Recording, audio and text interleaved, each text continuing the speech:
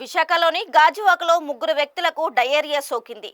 GVMC water pipe leak అవుతున్న కారణంగా తాగునీరు కలుషితమయ్యి డయేరియా ప్రబలింది. జీవీఎంసీ 6వ జోన్ అధికారులు ఆలస్యంగా స్పందించి దిద్దుబాటు చర్యలు ప్రారంభించారు. మురుగు కాలువల్లో బ్లీచింగ్ పౌడర్ చల్లడం, వీధుల్లో మురికి శుభ్రం చేయడం వంటి చర్యలు మొదలుపెట్టారు. కార్యనిర్వాహక ఇంజనీర్ కు సోకేజ్ నోటీసులు జారీ చేసి వార్డ్ ఎమ్యూనిటీస్ సెక్రటరీని సస్పెండ్ చేశారు. కాగా డయేరియా సోకిన వారిలో బి త్రివేణి ఆర్కే ఆసుపత్రిలోను, బి పద్మావతి స్టీల్ ప్లాంట్ ఆసుపత్రిలోను చికిత్స పొందుతున్నారు. రమేష్ అనే వ్యక్తి ప్రైమరీ హెల్త్ సెంటర్ లో చికిత్స తీసుకుని డిశ్చార్జ్ అయ్యారు.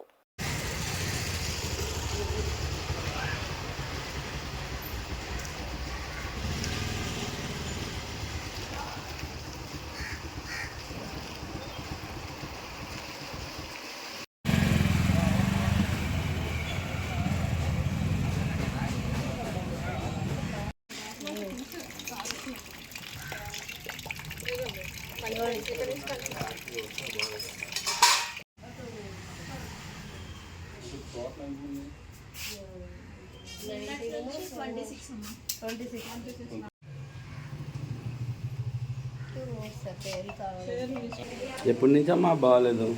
నైట్ 3 గంటల నిన్న 4 మోషన్స్ అయ్యాయండి. వచ్చారు, చూసారు, చెక్ చేశారు, మెడిసిన్ ఇచ్చారు, వేసుకున్నాను. నేను సాయంత్రం వరకు లేదు. మళ్ళీ నైట్ 3 దగ్గర నుంచి 6, 7 అయిపోయింది.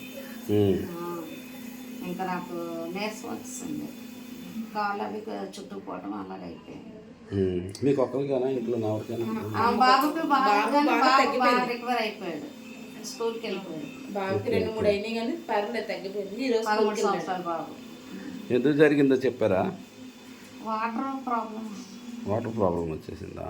అంటే రోజుల నుంచి వాసన వచ్చేస్తుంది. అయితే కొద్దిగా వాసన పోయిన తర్వాత కొద్దిగా నీళ్ళు పట్టుకొని కొద్దిగా రైస్ అది కడుక్కొని మరి పెట్టుకునే వాళ్ళం.